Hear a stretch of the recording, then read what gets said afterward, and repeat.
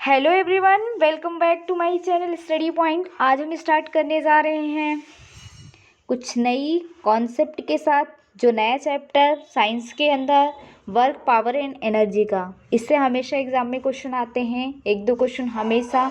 ये बहुत important topic है, तो इसलिए इसको लास्ट तक देखें। अगर हमारे चैनल पर नए हैं तो चैनल को सब्सक्राइब करें, वीडियो को लाइक करें और ज़्यादा से ज़्यादा शेयर करें। तो आज का टॉपिक है वर्क, पावर एंड एनर्जी। तो हम इसके डेफिनेशंस पढ़ेंगे, आज हम इसकी थ्योरी पढ़ेंगे और नेक्स्ट डे हम इसके बारे में जितने भी न्यूमेरिकल्स आते हैं जो रेलवे वगैरह में आते हैं वो हम करेंगे। तो आज हम सीखेंगे इसकी थ्योरी कि क्या होता है, कार्य किसको बोलते हैं, इसकी एसआई यूनिट्स क्या होती हैं, है ना, क्या क्या मेजरमेंट होते हैं पावर के, एनर्जी के, वो सारी चीज़ें सीखने हैं। तो वीडियो को अंत तक देखें और ये इंपॉर्टेंट है टॉपिक अगेन, तो इसलिए इसको लास्ट तक देखें, ज़रूर देखें और ज़्यादा से ज़्यादा शेयर करें। तो चलते हैं। सबसे पहला कार्य, ऊर्जा और शक्ति में सबसे पहले हम पढ़ेंगे वर्क के बारे में। क्या पढ़ेंगे? वर्क के बारे में, यानी कार्य क्या होता है। तो किसी क्रिया का किया जाना, किसी क्रिया का किया जाना ही क्या होता है, कार्य। फॉर एग्जाम्पल, जैसे पढ़ना, लिखना, खेलना। कोई ड्राइविंग कर रहा है, आप लिख रहे हो, आप खेल रहे हो, आप कहीं घूमने जा रहे हैं, जो भी हम मोशन करते हैं, वर्क कर रहे हैं, तो वो किसकी वजह से करते हैं, वो मतलब क्या जो काम करते हैं वही हमारा क्या होता है, वर्क होता है। यानी कोई भी कार्य आप कर रहे हो, कंप्लीट कर रहे हो, वैसा नहीं कि कोई भी कार्य कर रहे हो लेकिन वो काम हो नहीं रहा है, तो वहाँ पर आपका वर्क डन हमेशा जीरो होगा। तो आप कोई काम कर रहे हैं प्लस उसका मतलब एक्शन के साथ रिएक्शन भी होनी चाहिए। जैसे आप पढ़ रहे हो तो आप पढ़ रहे हो, ऐसा नहीं कि बस लेके बैठे हो और पढ़ नहीं रहे हो, तो वर्क करोगे तो वही आपका वर्क होगा।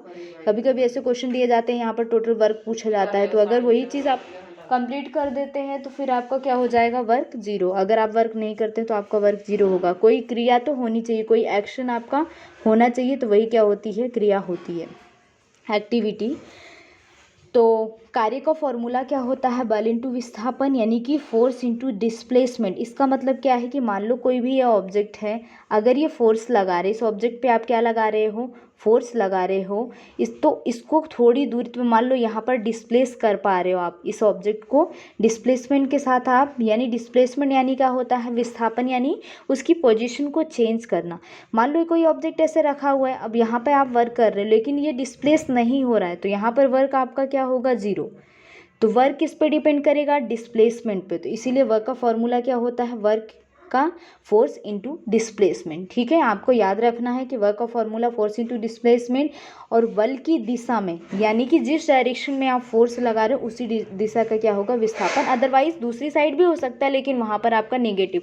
मान लो आप इस ऑब्जेक्ट को इस साइड मूव कर रहे हैं, अगर मान लो कोई इस साइड इसको मूव कर रहा है, तो दोनों में क्या हो जाएगा, नेगेटिव साइन आ जाएगा। जो फोर्स होगा नेगेटिव क्यों होगा, अगर डायरेक्शन फोर्स की, जिधर आप फोर्स लगा रहे हो, काम उसकी अपोजिट साइड हो रहा है लेकिन वर्क हो रहा है, तो वहाँ पे वर्क आपका क्या हो जाता है, निगेटिव हो जाता है। ठीक है, तो ये क्या होगा आपका, यहाँ पर नेगेटिव आएगा वर्क। अगर ऐसा होता है, अपोजिट डायरेक्शन में होता है, अगर उसी डायरेक्शन में होगा तो पॉजिटिव होगा। तो वर्क का फॉर्मूला क्या, सबसे पहली चीज़ वर्क क्या होता है, किसी एक्टिविटी का होना। दूसरी चीज़ वर्क का फॉर्मूला क्या होता है, फोर्स इंटू डिस्प्लेसमेंट। और तीसरी चीज़ इसकी एसआई यूनिट, जो कि सबसे ज़्यादा ज़रूरी है, आपको याद होनी चाहिए। तो इसकी एसआई यूनिट क्या होती है, न्यूटन। आपको याद रखना है इसकी एसआई यूनिट क्या होती है, न्यूटन होती है। ठीक है, तो आपको तीन चीज़ें इसमें याद रखनी है, फोर्स इंटू डिस्प्लेसमेंट। इसके क्वेश्चन कैसे आते हैं वो आपके नेक्स्ट क्लास में आपको मिल जाएंगे। और इसके बारे में क्या याद रखना है कि कोई भी कार्य होता है तो कार्य हमेशा कैसे पता करेंगे, जूल का।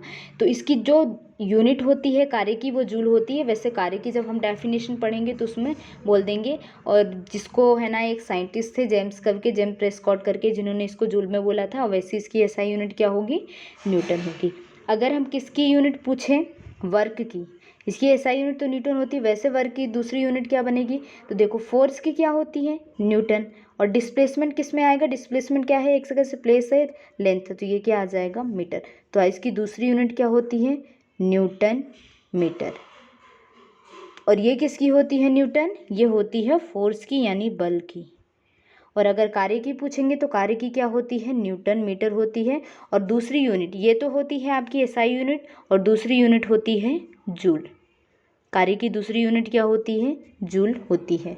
ठीक है, तो आपको क्या क्या याद रखना है, this is the unit of force. Force की यूनिट होगी न्यूटन, और डिस्प्लेसमेंट की मीटर, इसीलिए वर्क की यूनिट क्या बन जाएगी, न्यूटन मीटर। अगर आपको फॉर्मूला याद है तो आप यूनिट खुद बना सकते हैं। और अगर मान लो किसी डायरेक्शन में कोई फोर्स काम कर रहा है, ऐसे ये डायरेक्शन है, इधर कोई भी ऑब्जेक्ट यहाँ पर जैसे मैंने बताया ये ऑब्जेक्ट रखा हुआ है, तो यहाँ पे जो आपका कार्य है, अगर विस्थापन मान लो फोर्स भी इसी डायरेक्शन में लगा रहे हो और आपका विस्थापन भी इसी डायरेक्शन में हो रहा है, ठीक है, लेकिन तब क्या हो जाएगा आपका, यहाँ पे फॉर्मूला दिया है फोर्स इनटू डिस्प्लेसमेंट। और अगर मान लो फोर्स आप इस डायरेक्शन में लगा रहे हो और जो विस्थापन हो रहा है अपोजिट डायरेक्शन में जा, मतलब सेम डायरेक्शन नहीं है बल्कि दोनों दिशाओं में क्या होगा, एक एंगल बनेगा, तब आपका वर्क वहाँ पर क्या हो जाएगा, F into S cos theta. यहाँ पे कॉस थीटा लेंगे, ठीक है, क्योंकि यहाँ पे डायरेक्शन क्या है, अपोजिट है, तो कॉस थीटा कब आएगा, कभी कभी फॉर्मूले में थीटा की वैल्यू दी जाती है और वर्क निकालने को बोला जाता है, तो आप सोचेंगे थीटा कैसे पुट करना है, तो थीटा के लिए ये वाला फॉर्मूला होता है, और थीटा तभी आएगा जब दोनों की डायरेक्शन अपोजिट होंगी, ठीक है। मान लो अगर फोर्स आप इस डायरेक्शन में लगा रहे हो, जैसे ये ऑब्जेक्ट रखा है, इस डायरेक्शन में कोई वस्तु को फोर्स लगा रहे हो, लेकिन उस डिस्प्लेस इस साइड हो रही, तो वहाँ पे ये दोनों एक दूसरे के अपोजिट हैं, तब फॉर्मूला आएगा एफ एस कॉस थीटा, ठीक है, जहाँ पे थीटा की आपकी वैल्यू दी रहेगी।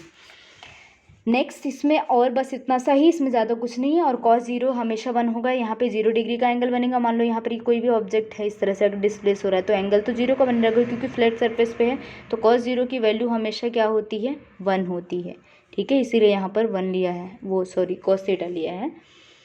तो बस अगर cos 90 हो बन जाता है, अगर वो जो भी डायरेक्शन में फोर्स लगे वो तो डायरेक्शन पे डिपेंड करेगा, अगर cos 90 बनेगा तो पूरा ही वर्क आपका 0 हो जाएगा ना।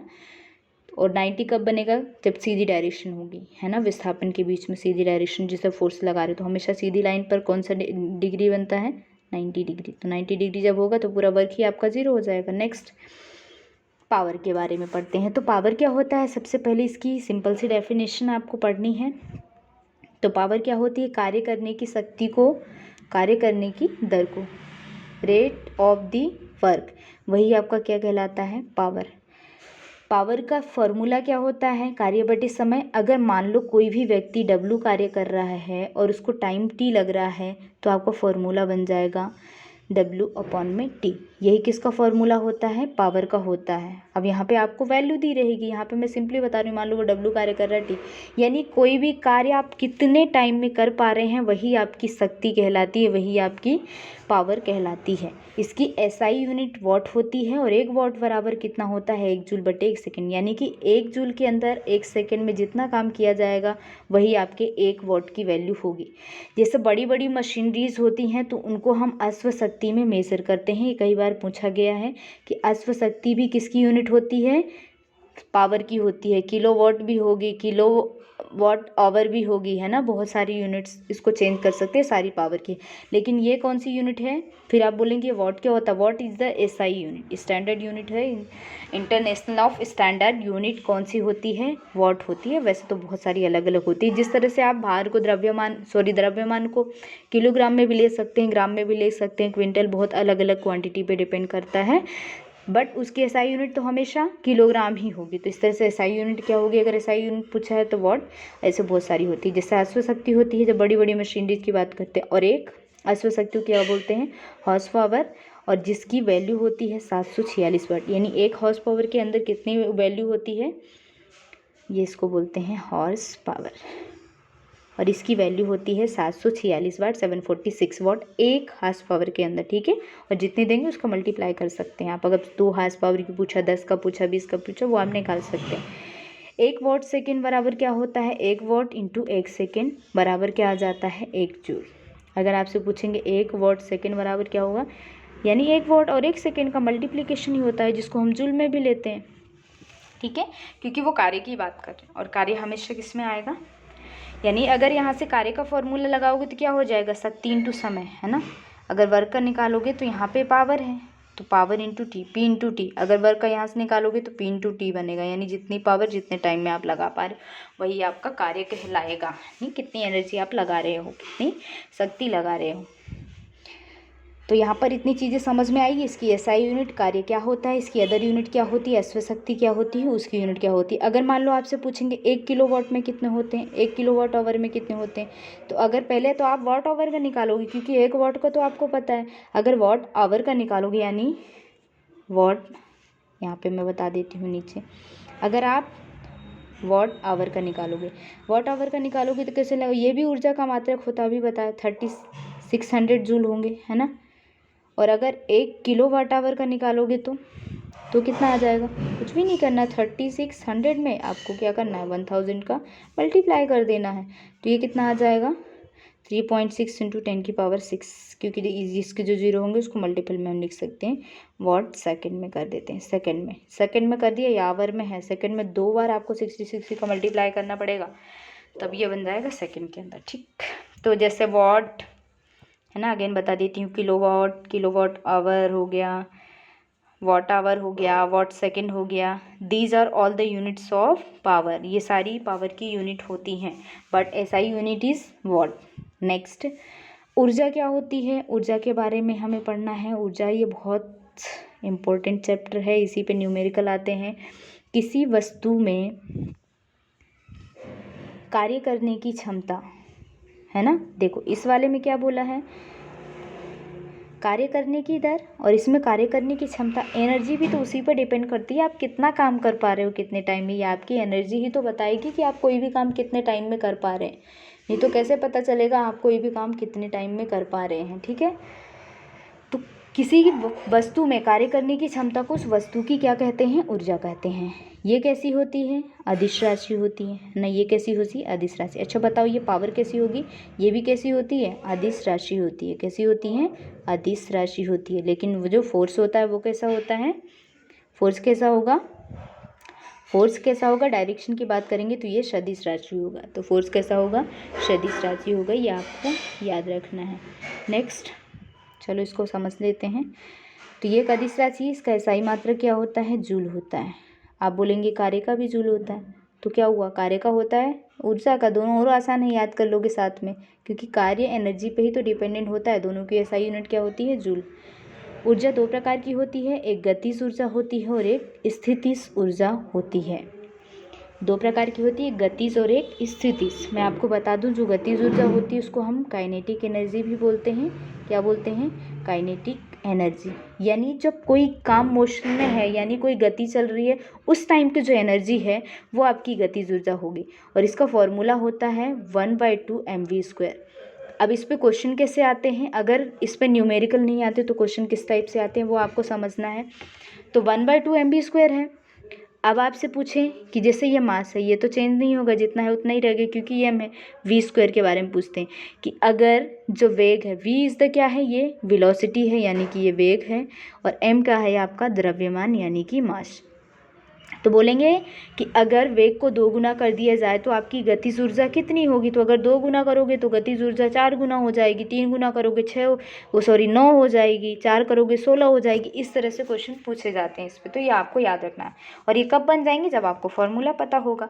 तो गतिज ऊर्जा क्या होती है, अगर कार्य करते टाइम कोई भी वर्क आप कर रहे हो, है ना, उस टाइम मोशन में है, वर्क कर रहे हैं, चल रहा है, तो उस टाइम की जो भी एनर्जी होगी वो आपकी गतिज ऊर्जा होगी। क्योंकि एनर्जी के 2 टाइप हो गए, कार्य करना 2 तरह से। अब स्थितिज ऊर्जा क्या होती है, गतिज ऊर्जा को थोड़ा अच्छे से जान लेते हैं। किसी वस्तु में गति के कारण, अभी आपको बता दिया, यही चीज़ कार्य करने की क्षमता आती है, उसे ही उस वस्तु की गतिज ऊर्जा कहते हैं।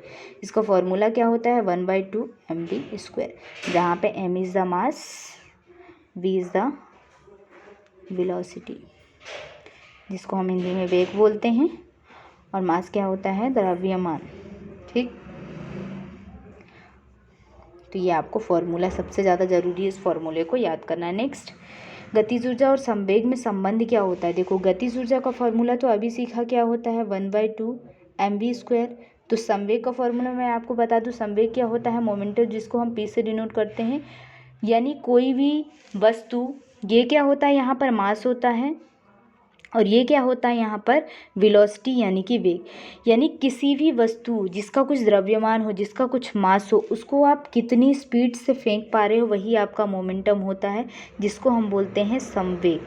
क्या बोलते हैं, संवेग बोलते हैं। तो संवेग का फॉर्मूला होता है m×v, जो कि आप किस गति के कौन से नियम में पढ़ते। जब गति का नियम को मैंने न्यूमेरिकल करवाया तो उसमें बताया था, सेकंड वाले में। और सेकंड वाले में ही फोर्स की भी डेफिनेशन है, तो आपको याद रखना है।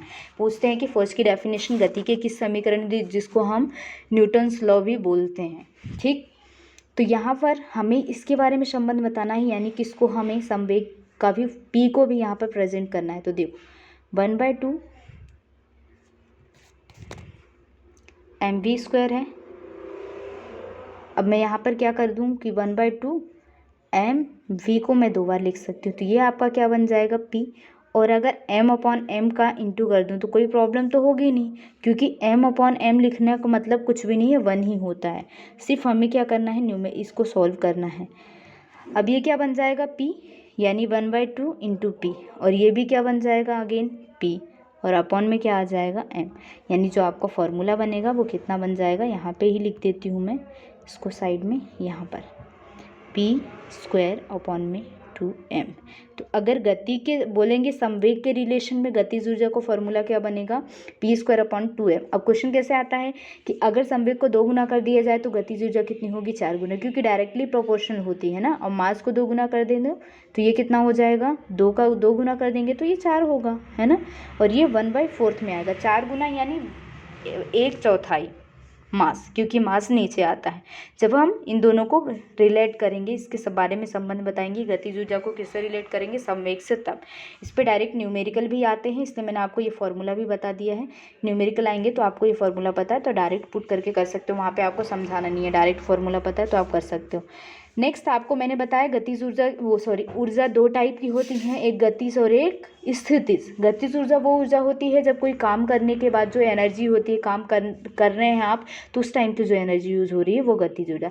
स्थितिज ऊर्जा क्या होती है, जो स्थितिज ऊर्जा होती है, जैसे कोई भी खिलौना होता है उसमें चाबी भर के हम खिलौने को चलाते हैं, यानी चाबी वो एनर्जी को स्टोर कर लेती है। जैसे घड़ी होती है, वो तो मोशन कर रही होती है, लेकिन उसमें आप सेल एक बार रोज़ रोज़ नहीं लगाते हैं, सेल लगा देते हैं जब तक वो जितनी उसकी कैपेसिटी होती है तब तक आपकी घड़ी चलती है। तो ये सब कौन सी एनर्जी होंगी, स्थिति। और जैसे भी जितनी भी हाइट की एनर्जी होती है, ऊंचाइयों की बात करते हैं, यानी कोई भी ऑब्जेक्ट ऊपर फेंका गया तो ऊपर कौन सी एनर्जी है, जब वो ऊपर इतनी ऊंचाई पर जा रहा है तो वहाँ पर कौन सी एनर्जी होगी, पोटेंशियल एनर्जी ही होगी, है ना। हमेशा याद रखना। यानी किसी पिंड को मैंने 10 मीटर की दूरी तक उठाया तो उसमें कौन सी ऊर्जा, संचित ऊर्जा कौन सी होगी, this is the potential energy, है ना। आपको हमेशा ये किस बारे में बात कर रहे हैं, पोटेंशियल एनर्जी के बारे में ही बात कर रहे हैं। तो देखो हम पढ़ लेते हैं इसको, किसी वस्तु में उसकी अवस्था या स्थिति के कारण कार्य करने की क्षमता, ठीक है। उसकी अवस्था यानी कि उसकी स्टेट, और उसकी स्थिति यानी कि उसकी पोजीशन के कारण जो कार्य करने की क्षमता आती है वो उसकी क्या होती है, स्थिति। जैसे स्प्रिंग होती है, स्प्रिंग को हम खींच देते हैं, है ना, तो उसमें जो उस खींचने की जो अब उसमें पहले से एनर्जी है तभी तो आप उसको खींच पा रहे हैं, तो वो वाली जो उसमें स्टोरेज एनर्जी है, यानी ऑल टाइप की स्टोरेज एनर्जी ही आपकी स्थितिज ऊर्जा होती है, सिंपली ये, ठीक है। जैसे घड़ी की चाबी में अभी भी आपको ये बताया, जैसे बांध का पानी, ये भी इंपॉर्टेंट है, बांध का पानी स्टोर कर दिया जाता है, वहाँ से हम जो एनर्जी निकलती है तो वो भी कैसी होती है, स्टोरेज होती है, तो वो क्या होता है, स्थितिज ऊर्जा यानी पोटेंशियल एनर्जी, जिसका फॉर्मूला होता है mgh।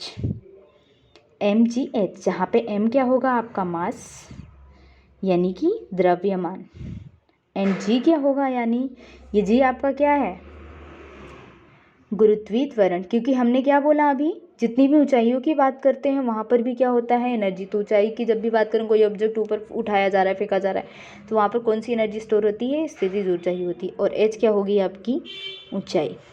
तो कभी कभी इसका फॉर्मूला पूछ लेते हैं, तो फॉर्मूला आपका क्या होता है, mgh। और चाहे स्थितिज ऊर्जा चाहे गतिज ऊर्जा, ऊर्जा की SI यूनिट जूल होती है, तो दोनों में अलग अलग नहीं होगी, ऊर्जा की ही ये टाइप है तो जूल ही होगी, है ना, दोनों की, तो कंफ्यूज नहीं होना है। तो ये क्या होती है आपकी स्थितिज ऊर्जा mgh, ठीक है। तो आई होप आपको सारी चीज़ें अच्छे से समझ में आ गई होंगी। अगर वीडियो समझ में आया हो, पसंद आया हो, तो वीडियो को लाइक करें, चैनल को सब्सक्राइब करें। आप जितने भी सोशल मीडिया ऐप यूज़ करते हैं वहाँ पे चैनल को शेयर करें और ज़्यादा से ज़्यादा व्यक्ति तक पहुँचाएं, ताकि सबको हेल्पफुल हो ये वीडियो। जितने भी लोग कॉम्पिटिशन की तैयारी कर रहे हैं, जो नॉलेज लेना चाहते हैं, ज़रूरी नहीं है हर चीज़ में आपको नॉलेज ही मिलेगा, पढ़ाई करेंगे तो भी कुछ नहीं तो कुछ आपको गेन ही होता है, कोई भी चीज़ बेकार नहीं होती। तो इसलिए आप इसको ज़्यादा से ज़्यादा शेयर करें। और वीडियो को अगर कुछ समझ में नहीं आया तो आप कोई भी सजेशन हो कमेंट बॉक्स में लिख सकते हैं। और आज इस वीडियो को यहीं ख़त्म करते हैं, मिलते हैं नेक्स्ट वीडियो में, तब तक के लिए बाय बाय।